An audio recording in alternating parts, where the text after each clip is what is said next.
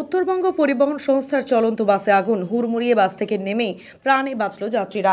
ঘটনায় চাঞ্চল্য ময়নাগুড়িতে। জলপাইগুড়ি থেকে ময়নাগুড়িতে আসছিল উত্তরবঙ্গ রাষ্ট্রীয় পরিবহন সংস্থার এই বাসটি। সোমবার সকাল 10টা নাগাদ ময়নাগুড়ি শহরের দেবীনগর এলাকায় আসতেই চলন্ত বাসে আচমকা আগুন লেগে যায়। তড়িঘড়ি বাস দাঁড় করিয়ে দেয় চালক। আগুন দেখতে পেয়ে আতঙ্কে হুড়মুড়িয়ে বাস থেকে নেমে পড়ে যাত্রীরা। মুহূর্তেই দাউ দাউ করে জ্বলে ওঠে বাস। খবর পেয়ে ঘটনাস্থলে পৌঁছয় ময়নাগুড়ি দমকল কেন্দ্রের দমকলের একটি ইঞ্জিন। তবে ততক্ষণে বাসের ভেতরের অংশ পুড়ে ছাই হয়ে যায়। দমকল কর্মীদের প্রচেষ্টায় আগুন নিয়ন্ত্রণে আসে। তবে যাত্রীদের কিছু না হলেও বাস চালক কিছুটা আহত হয়েছেন।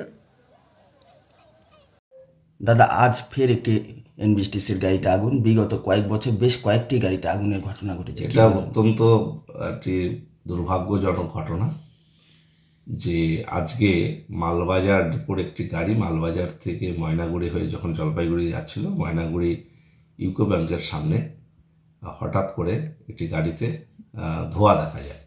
পরবর্তী সময়ে সেই ধোঁয়া থেকে আগুন ছড়িয়ে পড়ে এবং গাড়ির একটা বড় অংশ পুড়ে যায়। যদিও এই ঘটনায় কোনো যাত্রী ক্ষতিগ্রস্ত হয়নি, ড্রাইভারের একটু ব্যথা লেগেছে। আমরা যথাযথভাবে খোঁজ নিয়েছি, আমাদের আধিকারিকরা ইতিমধ্যে পৌঁছেছে।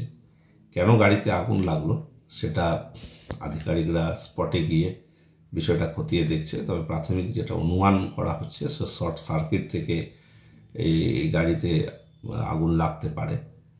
তবে গাড়িটি 12 বছরের পুরনো একটি গাড়ি।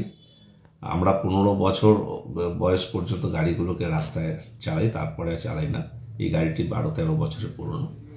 তবে গাড়ি পুরনো হলেও রাস্তায় চলাচলের যোগ্য এবং যাবতীয় ফিটনেস সবই ঠিক রয়েছে।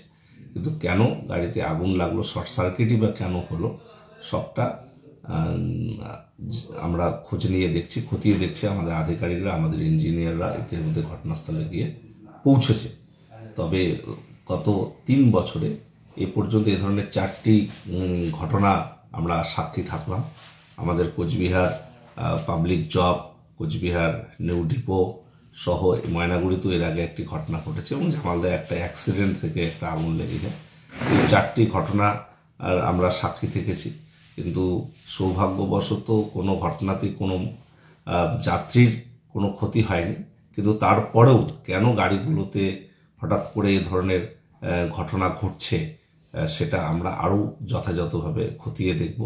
যাদেরই গাফিলতি থাকুক না কেন, যদি আমাদের এন্ডে অর্থাৎ আমাদের এনবিএসটিসির কোনো স্টাফ কর্মী বা কারো নেগলিজেন্সিতে এই ধরনের ঘটনা ঘটে, আমরা তাদের বিরুদ্ধে যথাযথ ব্যবস্থা গ্রহণ করব।